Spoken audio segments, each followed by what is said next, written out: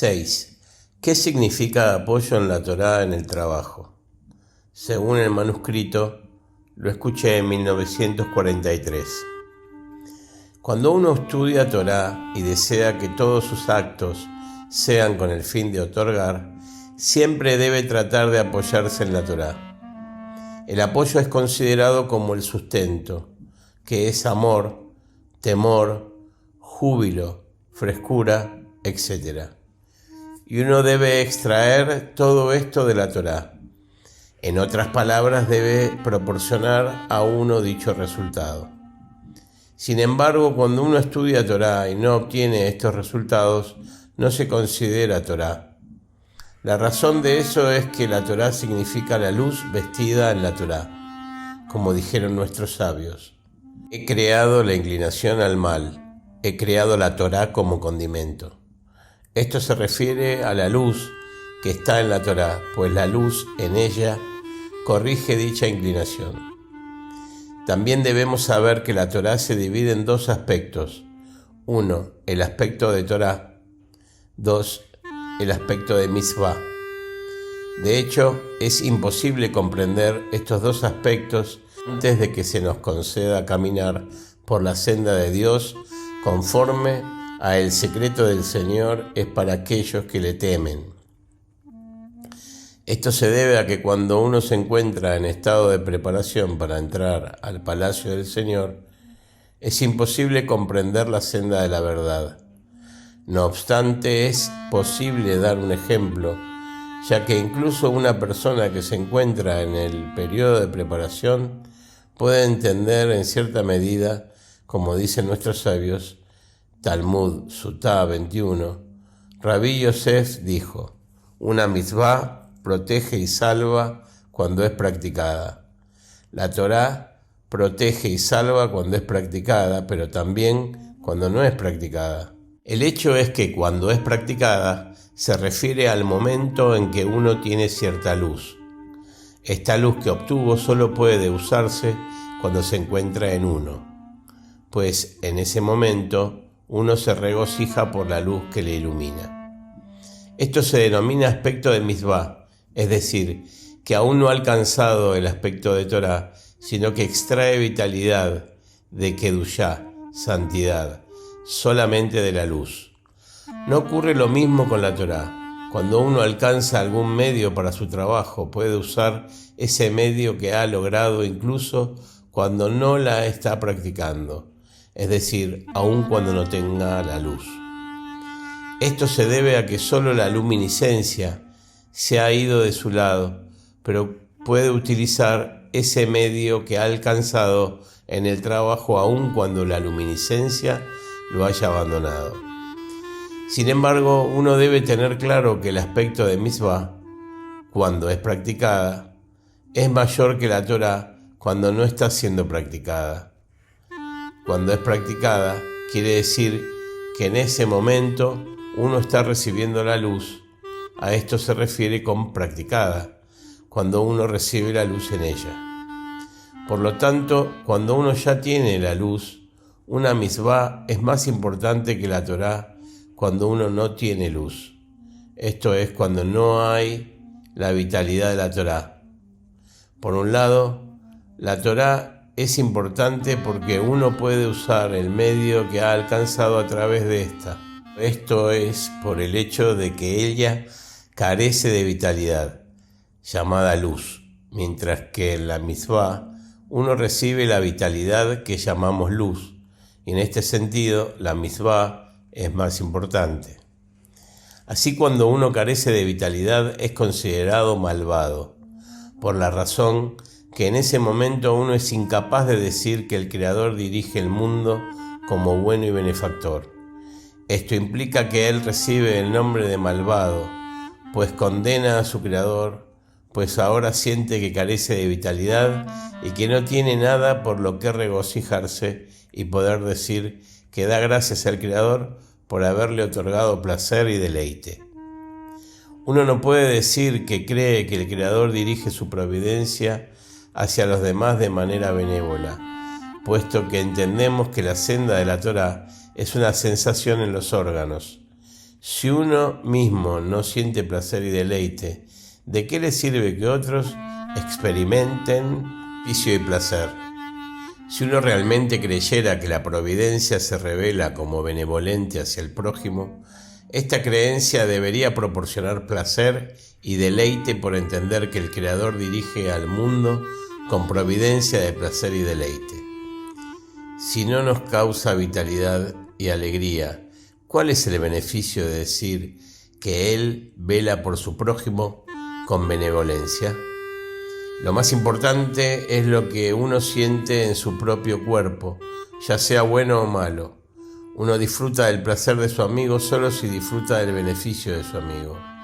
En otras palabras, aprendemos que con la sensación del cuerpo las razones no importan. Lo único que importa es si uno se siente bien. En ese estado uno dice que el Creador es bueno y benefactor.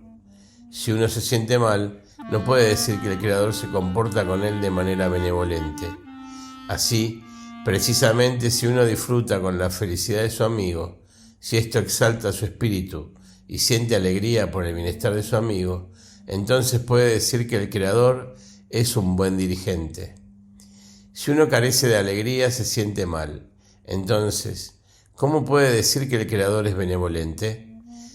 Por eso, un estado en el que no se posee vitalidad ni regocijo es considerado un estado en el que no se siente amor por el Creador, ni se siente la capacidad de justificarlo y ser feliz, como correspondería a quien tiene el honor de servir a un rey tan importante y grandioso. Es preciso saber que la luz superior se encuentra en un estado de absoluto reposo, y toda expansión de los nombres sagrados es llevada a cabo por los inferiores. En otras palabras, todos los apelativos que posee la luz superior provienen del alcance de los inferiores. Esto significa que la luz superior es nombrada de acuerdo con la forma en que uno la alcanza, es decir, de acuerdo con su sensación. Si uno no siente que el Creador le otorga algo, ¿qué nombre puede darle si no recibe nada de él? En cambio, si uno cree en el Creador, cada uno de los estados que siente dice que proviene de él. En ese estado, uno nombra al Creador de acuerdo con sus propias sensaciones. Si uno se siente feliz en el estado en que se encuentra, dice que el Creador es llamado benevolente, ya que esto es lo que siente, que recibe el bien de él. En ese estado, uno recibe el nombre de Sadik, hombre justo, puesto que el Mazdik justifica a su Creador. Si uno se siente mal en el estado en que se encuentra, no puede afirmar que el Creador le envía el bien. Por lo tanto, en ese estado se denomina Rasha, malvado, porque el Marsha condena a su Creador. Sin embargo, no existe un estado intermedio en el que uno afirme sentirse tanto bien como mal, o bien es feliz o bien es desgraciado. Nuestros sabios escribieron, Talmud Berajot 61. El mundo no fue creado, sino por aquellos totalmente malvados o para aquellos totalmente justos. La razón de esto es que no hay una realidad tal en la que uno se sienta bien y mal a la vez. Cuando nuestros sabios dicen que hay un punto intermedio, se refieren a que con respecto a los creados, o sea, en el aspecto del tiempo, puede concebir un punto intermedio entre dos tiempos, uno tras el otro, y así lo hemos aprendido, que existe una cuestión de ascensos y descensos. Estos son dos momentos, en uno es malvado y en otro es justo, pero no es posible que uno pueda sentirse bien y mal de manera simultánea en un mismo momento. Esto significa que, cuando afirmaron que la Torá era más importante que una mitzvah, se referían precisamente al momento en que ésta no es puesta en práctica, es decir, cuando uno no tiene vitalidad. Entonces la Torá es más importante que una mitzvah que no tiene vitalidad. La causa de esto es que uno no puede obtener nada de una misvá que no tiene vitalidad. Pero con la Torá uno aún conserva un sentido del trabajo que había recibido mientras practicaba la Torá. Aunque la vitalidad se haya ido, esa noción que recibió permanece en él y la puede utilizar. Existe un tiempo en que una misvá es más importante que la Torá. Esto es cuando hay vitalidad en la misvá y no tiene vitalidad en la Torá. De esta forma, cuando no la practica o cuando uno no obtiene vitalidad ni regocijo en la labor, no hay otro consejo más que rezar. No obstante, durante la plegaria uno debe saber que es malvado por no percibir el deleite y el placer en el mundo, aunque haga todo tipo de cálculos para creer que el Creador solamente otorga el bien. A pesar de ello, no todos los pensamientos que uno tiene son verdaderos en el sentido del trabajo. En la labor, si el pensamiento lleva a la acción, es decir, a una sensación en los órganos, de forma tal que éstos sientan que el Creador es bueno y benefactor, los órganos deberían recibir vitalidad y regocijo de esto. Si uno no posee vitalidad, ¿de qué sirven todos los cálculos si ahora los órganos no aman al Creador debido a que Él les imparte su abundancia? Así uno debe saber que si no obtiene vitalidad ni regocijo del trabajo, es una señal de que es malvado, pues es infeliz.